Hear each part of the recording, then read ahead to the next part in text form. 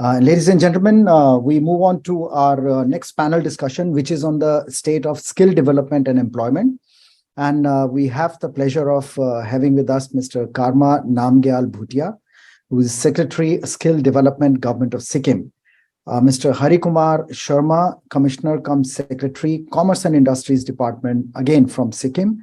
And Ms. Nilambari Vasantrao Bhosale, who is Deputy Commissioner of Labor, Government of Maharashtra. So we are going to be having to, delve on issues of skill development and employment, and there are two states participating. And unfortunately, the gentleman, Mr. Veera Raghava Rao from Tamil Nadu has not been in a position to join. In fact, if you look at the India's skills and the status that we have today, as early as 2015, it was established that clearly there is a gap in the employment and the skills, which is what people require, the capacity which is needed by the industry. So it remains a fact that only 1/3 of the students applying for roles in the labor market had appropriate skills to match employers' requirements. So that was a big challenge. We have come a long way ever since, we started looking into these 2014-15 onwards. And though we have sufficient manpower, but the fact remains that it is not skilled enough to get a suitable job. That is posing a challenge. And as a lot of the participants in the last couple of hours, they also pointed out that the demographic dividend that we have, we need to harness it unless we focus on the capacity and skills enhancement and make it suitable to the industry requirements. It's going to be a big challenge.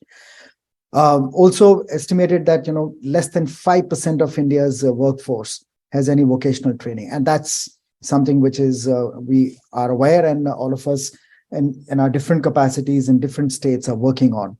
So what's important, what is based on these challenges, that we need mobilization, we need skill, we need to convert skill mismatch into skill match, and then make it scalable and create sufficient capacity. So there is increasing recognition of the potential of new technologies in the coming years. So the focus now is expected to be on automation of repetitive tasks, time optimization, maximizing productivity, creation of digital platforms for online access to job opportunities, and formalizing informal operations.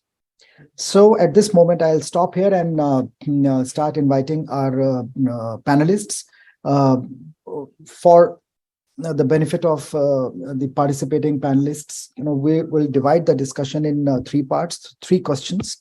I'll pose question one and then invite maybe 2 to 3 minutes response to that from the panelists, move on to the second and the third one. And if the time so permits, we will have an online discussion on that. So Mr. Karma Namgyal from Government of Sikkim, post-COVID, realizing that philanthropy could not scale to meet the challenge of rampant unemployment, he founded the Niyukti Kendra under the aegis of the department. It was his vision to take this step as a one-stop shop, one-stop solution for training, recruitment, monitoring, and data collection of thousands of unemployment youth in the state. So looking at, the contributions that have been made by you and the situation that has emerged, my question is, how to accelerate industry, private sector collaboration that matches with skill training? There has been a big gap. How to do that moving forward? Mr. Namgyal. SKOCH team, can you spotlight him, please? He was with us a few moments back. Do we have Mr. Kumar Sharma with us from Sikkim? Yes, sir. Yeah, Mr. Sharma, let me introduce you. Yes. Yes. You are Secretary, Commissioner cum Secretary, Commerce and Industries Department from Sikkim. We are missing Mr. Namgyal here. Yes, sir. To get him back online, and in between, you have had a long stint in the state and served in various capacities, and was Principal Secretary, Commerce and Industries prior to getting appointed as the Commissioner cum Secretary in the Department of Industries. Now, the same question that comes to you, that, when it comes to accelerating industry, private sector collaboration, what matches with the skill training, what needs to be done to fill this gap?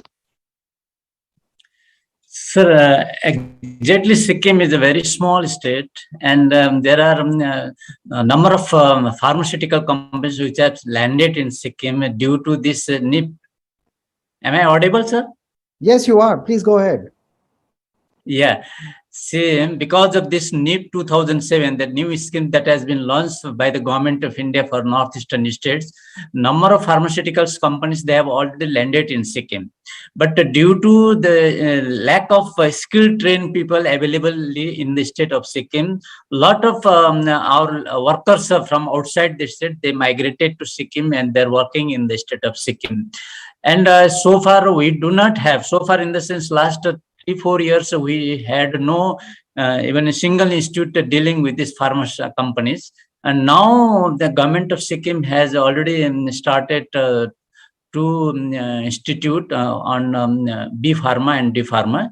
And now our youths are getting job in the pharmaceutical companies. And Sikkim as such is a very small state, and majority people, maybe it is due to our own mindset or not, that I do not know, but majority people, they would like to join the government service rather than going for the private sector. This is the basic scenario at this moment. I think there's a lack of mindset of the parents as well as the mindset of the young people. Thank you.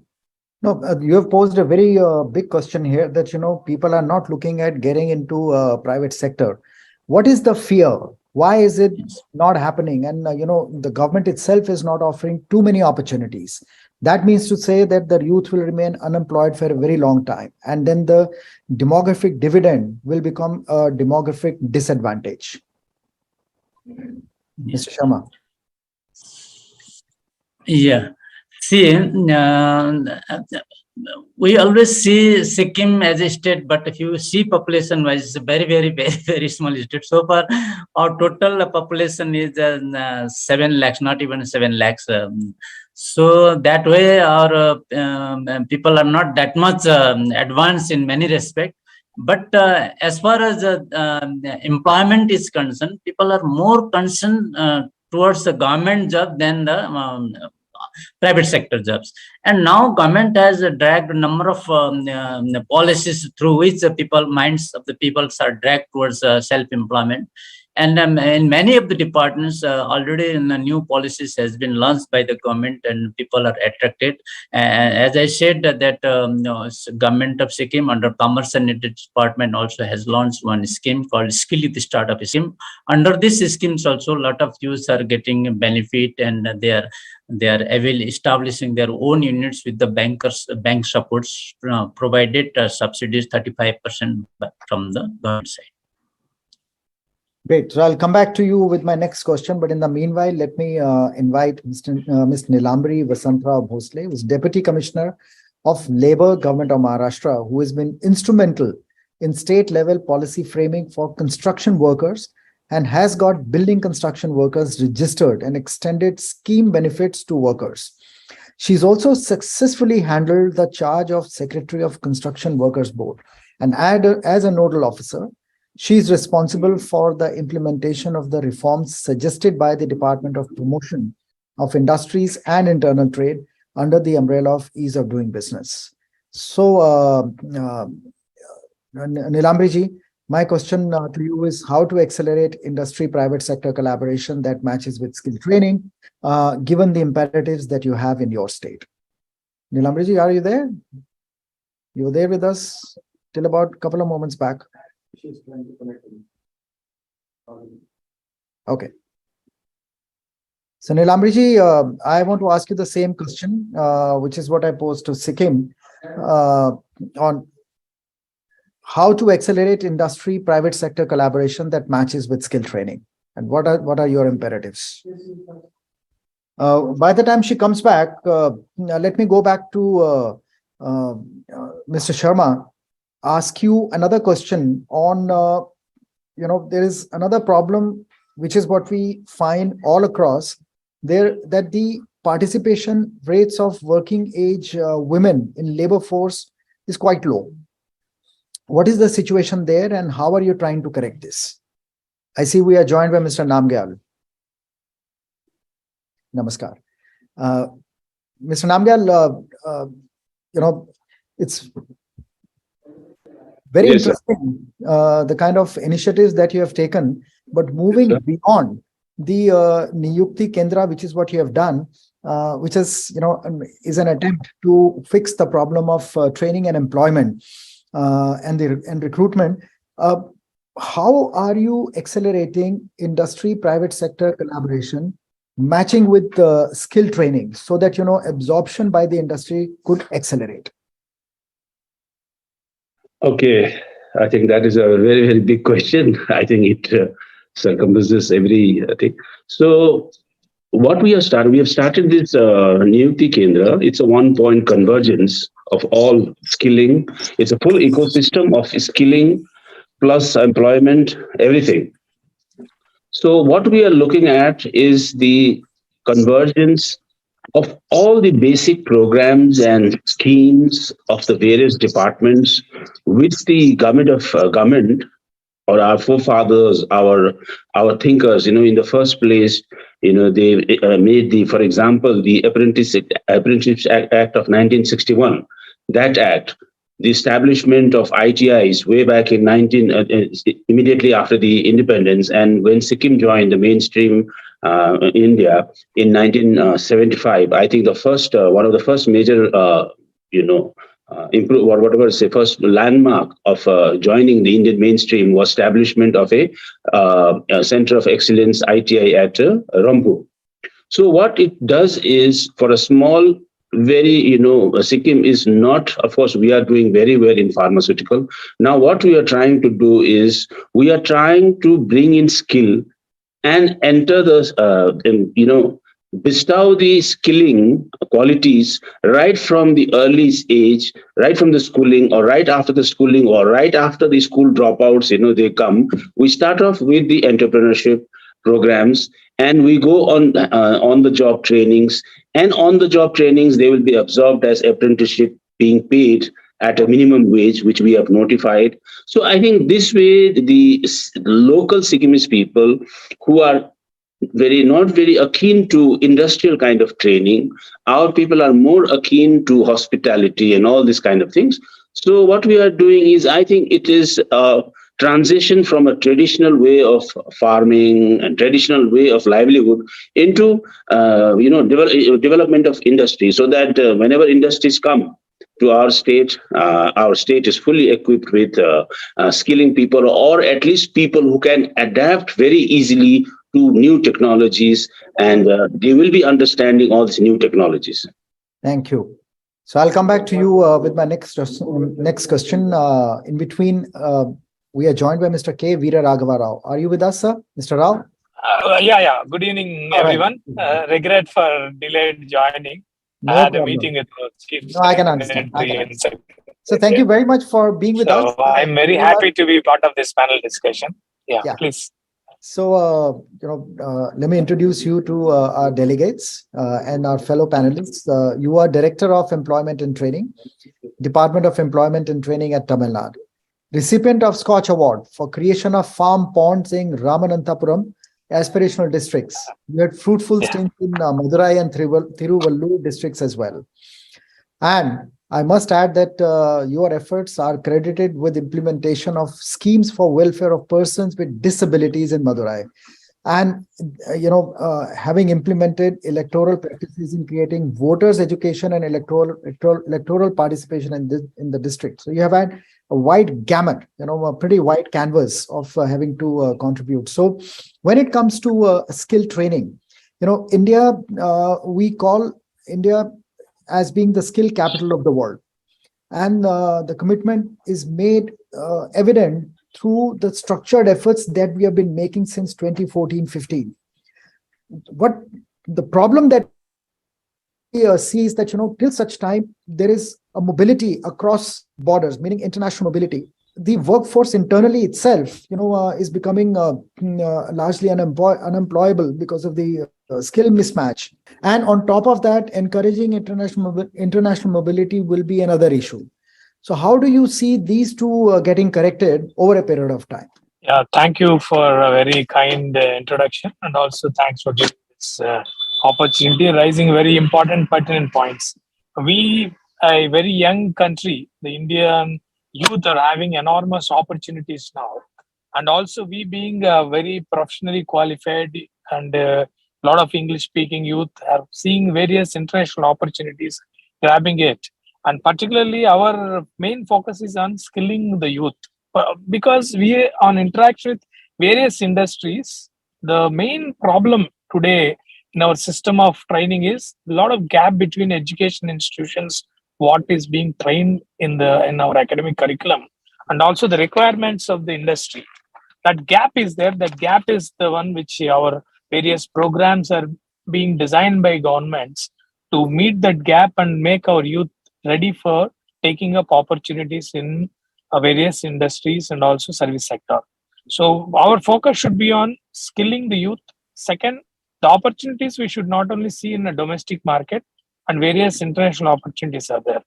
And opportunities will come if we are having a fine skill set, and also all our youth are trained in certain skills where they will be masters, because industry is very competitive across the globe, and a lot of technological developments. For example, industry 4.0 standards are there.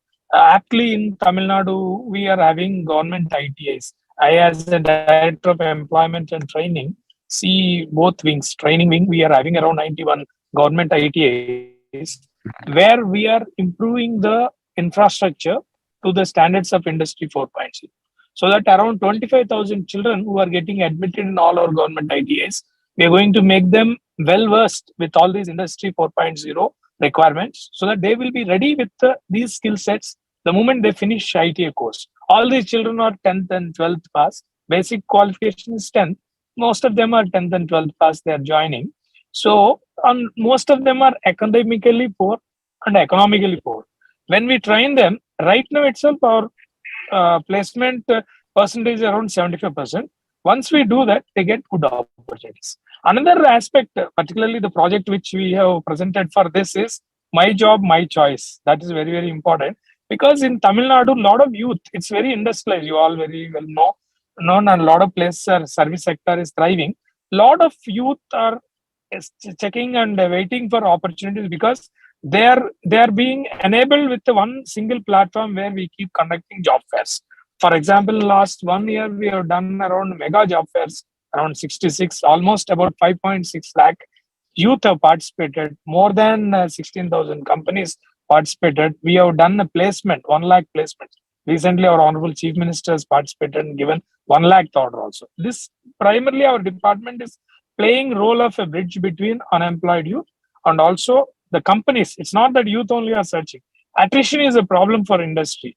So there also skill set matching is very, very important. So these aspects we are concentrating now, and definitely our focus is on skilling our youth. We have a very unique scheme of a novel scheme of non-Mudalavan, like making everyone the number one. So that also being implemented. All are aiming at skilling the youth and giving them good opportunities to capture the global opportunities and various domestic opportunities. You talked about attrition. In fact, that's very important point, and is the biggest challenge, because in the change scenario, it is also found out that companies today are expecting technological change to lead the job creation rather than the other way around. And also, they are looking at creating more jobs rather than doing job loss. Meaning to say, there are increasing number of opportunities. Generally, it is considered that digitalization will shrink the job opportunities, but in fact, that is not true. And there is recognition of potential of new technologies in the coming years. So the focus is on automation, and our traditional skill development programs have focused less on that and more on the hand skills and other capacity building trainings. How are you marrying the two in the change scenario? Yeah, it's very, very true. It's the present scenario of the industrial development. In last 2 decades, we have seen a computer revolution, then communication revolution. Now we are seeing artificial intelligence, virtual reality, augmented reality. All this robotics are going to play a major role in near future. So technology is growing, like it's developing. It's not growth; it's a new versions. Technological developments are there to make our life more easier. Your observation of technological development doesn't shrink the opportunities. In fact, it gives the new opportunities.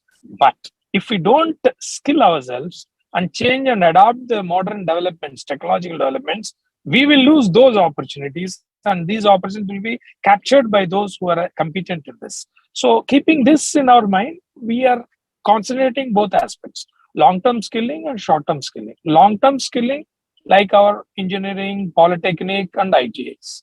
There, we are adopting the modern technology. I just mentioned about our Industry 4.0 standards, and also short-term courses which are amenable to this. For example, robotics, even drone pilot one course is there for us. So many things, whatever is coming up in the industry and the various service sectors, we have to adapt. Otherwise, we lose opportunity. It's a global competition.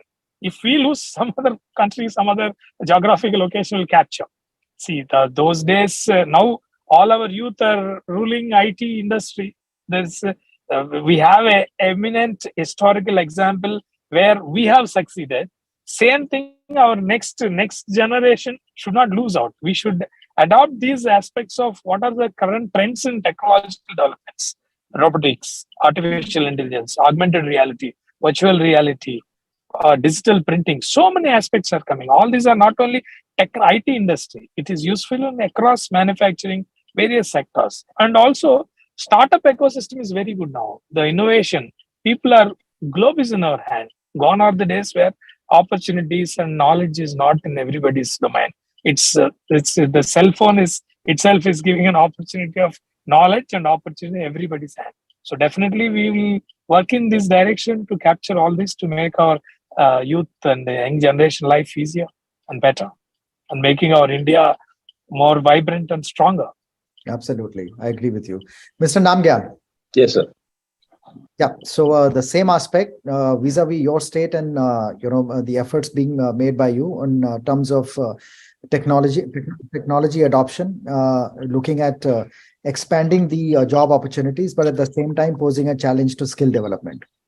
Yes, I think, like Mr. Rao said, these are, I think we should really appreciate the present central government, the vision of our Honorable Prime Minister, our Honorable Minister, Sri Dharmendra Pradhan, and all this, because the skilling aspect has to be taken into consideration. One has to be a long-term, skilling aims and objectives and a roadmap to it, which Mr. Rao also put it very rightly. It should be put into more long-term skill development programs, because when you talk of long-term, technically getting prepared for the future, you have to have these programs in ITIs. You have to have these programs in colleges, degree colleges, and diploma colleges. But I think the good thing is the skill hub initiatives and the new format of what PMKVY, the training program, is yet to come. I think that now the skilling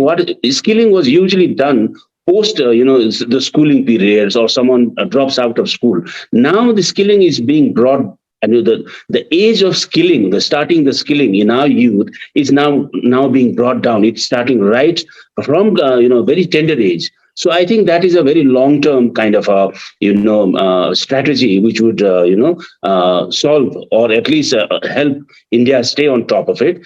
And yes, we have to have traditional kind of skilling that you said, with soft skills, hand skills, hospitality. All these kind of technologies, at least this will be the breadwinners. This will pull you through, and this cannot be, given up. It has to be there, because this is the traditional workforce, that the skilled workforce that has been that has brought our great nation to this stage, and it is a proven kind of a skilling method. So I say it should be a long term when you come to plan for technologies. And I think because the age bar of introduction to skill, vocational training, is now slowly coming down. Slowly, I think some programs will start right from the kindergarten to primary section. It'll start, and in certain programs, the skilling age is also enhanced. For example, if you see the programs like recognition of prior learning and all these programs, and even in skill hub initiatives, the skilling age is also being raised. So what it automatically does, it will have a greater pool of people that in fact will be within the scheme of being skilled in some way, a long term or a short term. So what I was saying, and when I said about our skilling pertinent or relating to Sikkim, I think I speak more for the entire Northeast, in fact, because our people going abroad now people are going abroad. They have been going abroad. Now, I think National Skill Development Corporation, they have started a program for, national skill development abroad. In this, I think when it comes to hospitality, when it comes to caregiving, in all these kind of industries, the Northeast people could really do very well because of the structure, because of the social, social way of life, or how they talk, and even the subtle fingers, the nimble fingers, and all this. So I think skill could be specific to region also. Skilling should be specific to region also, and that way I think we could do very well. Thank you. It's wonderful. One more question I want to ask both gentlemen. When it comes to the skill development, we're looking at skill tests, we're looking at upskilling, we're looking at improving language, and a lot of orientation work. The government has undertaken technical collaborations with various countries, including the UK, Australia, and the UAE for benchmarking and mutual recognition of standards on skills. How are you leveraging it? So if I may ask Mr. Rao first. Yeah, benchmarking technological developments and also standards for training with other countries is very good. But because, see, we can't work in isolation, and our certifications may not have validity in other country scenarios unless until we have a benchmarking and comparisons. So having skill is the primary requirement for getting a job, and decent job and right job. At the same time, certification of it and also recognition of that certificate is also very, very important to enter into a company or a system, for particularly the youth who are going to get into a job for the first time. So this kind of, and now the youth are aspiring for global opportunities.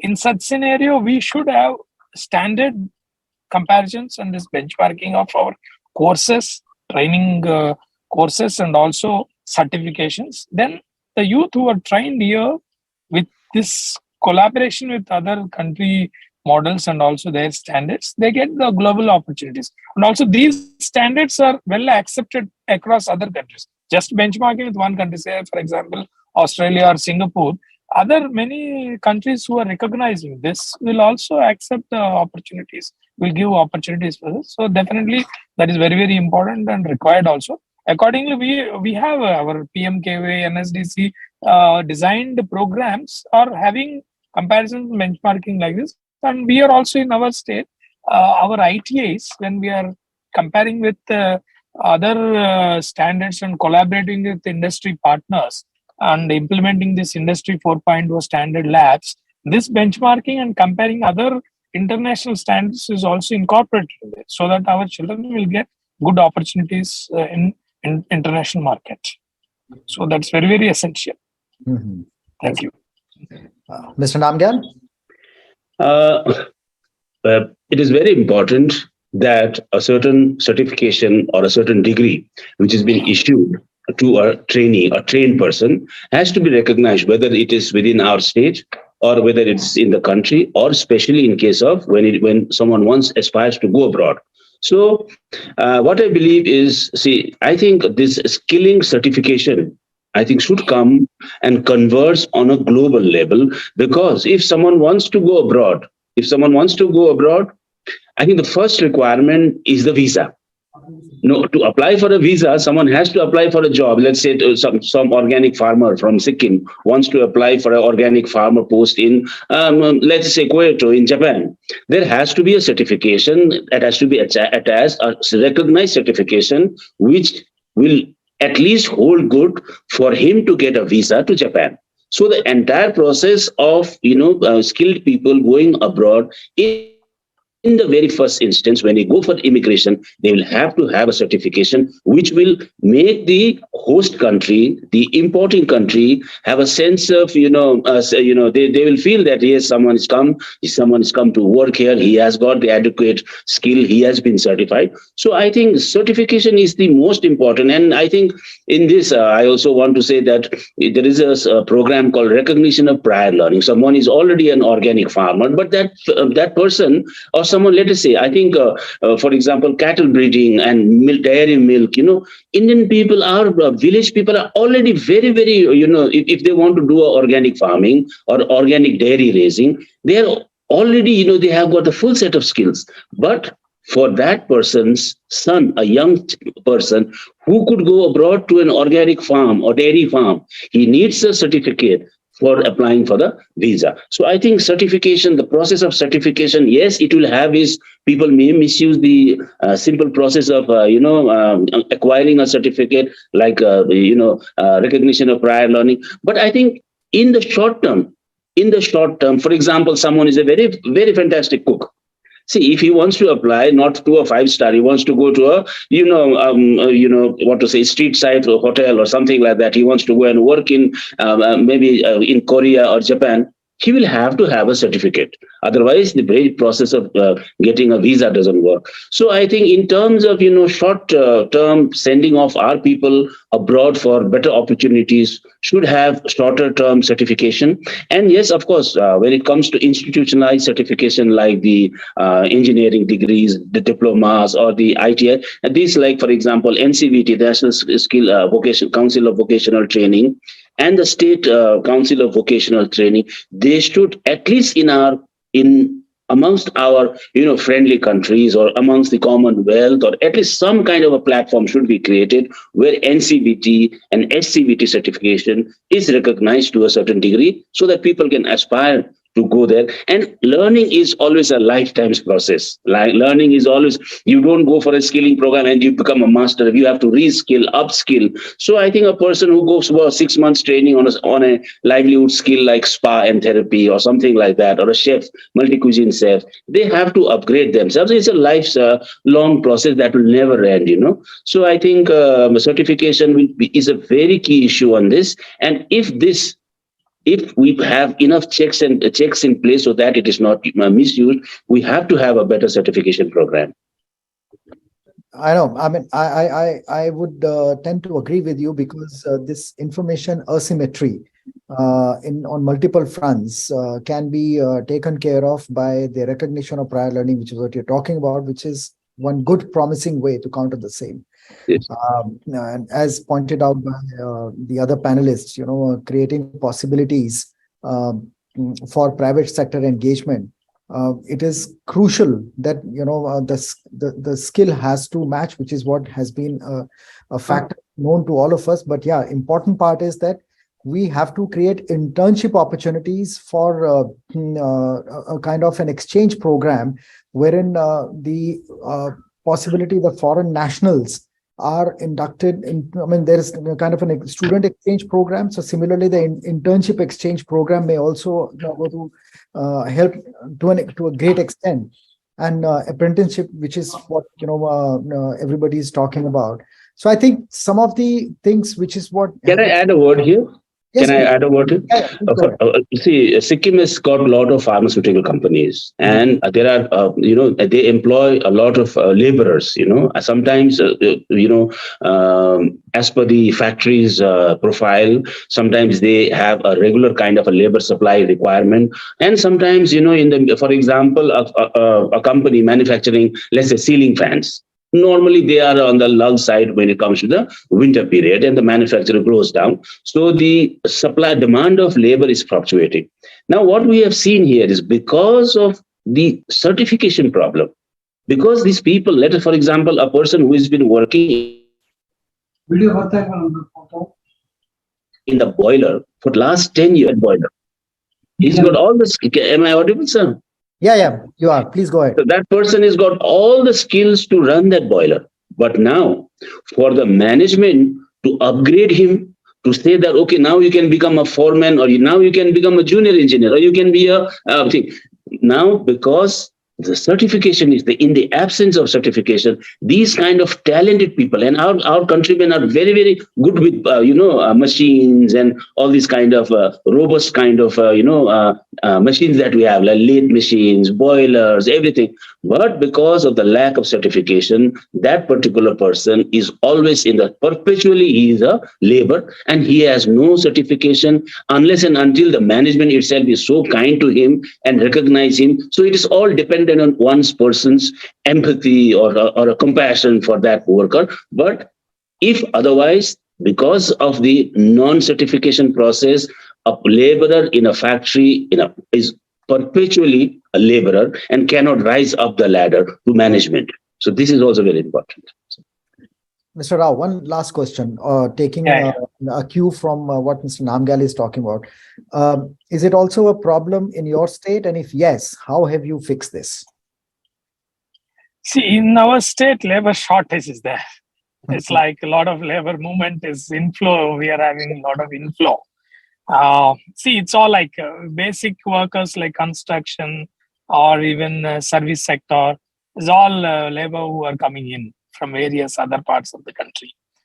And definitely what Mr. Namgyal has told is that certification is key wherever. Like he quoted very beautifully about the labor who works for 10 years without certification, his growth prospects, his career progression, thereby his well-being is crippled.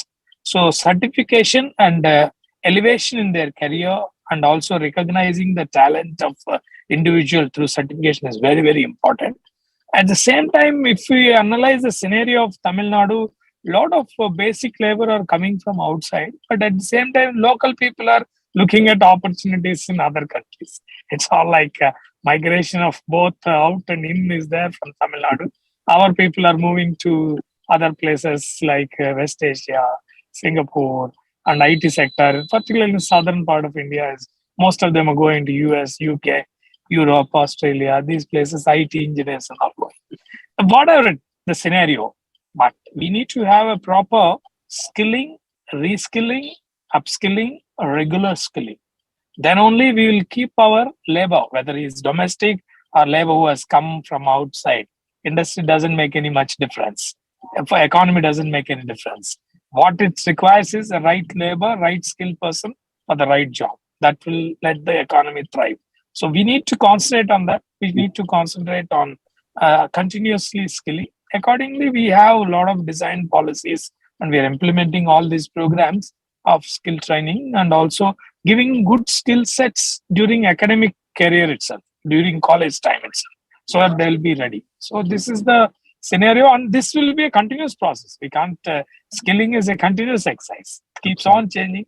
We need to continuously keep modifying our requirements based on the demands of the economy. Well, great. It's been a great learning speaking to you, gentlemen, because, this is a subject on which we can have a long discussion, and there are several aspects to it. But, within our limited capacity and the time permitted, what we have discussed, we have been great learnings and good takeaways, which is what we would like to put together. And, I must extend my heartfelt thanks to all of you for having joined and shared your opinion and made some very good suggestions on how to improve on skill development and employment scenarios. So thank you, Mr. Namgyal, Mr. Sharma, Mr. Rao, and Nilambari ji, who was able to join us, but we couldn't speak with her, maybe some other time. And thank you once again.